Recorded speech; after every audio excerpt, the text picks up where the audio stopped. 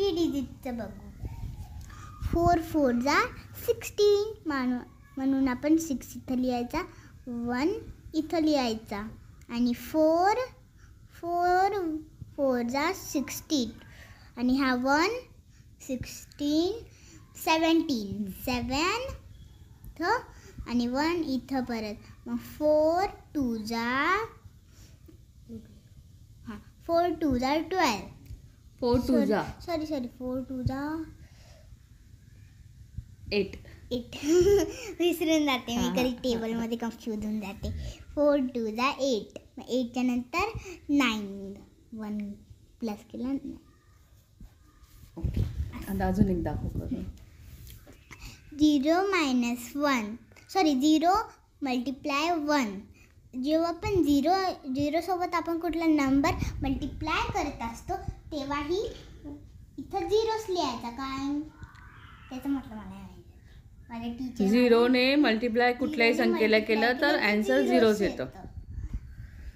आणि 1 1 8 जा 8. इथं 8 लिहिला आणि 1 7 जा 7 लिहिला.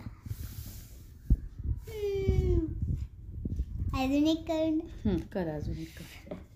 4 4 जा 16.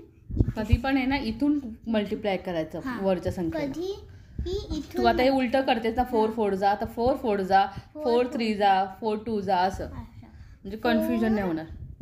4 जा 16 6 इथं लिहिला आणि 1 इथं लिहिला आणि इथं 4 3 जा 12 आणि हा 1 13.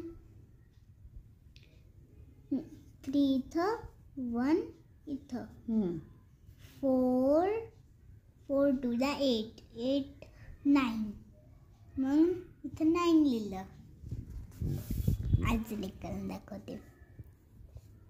1 5 जा 5 1 जा 1 5 1 जा 5.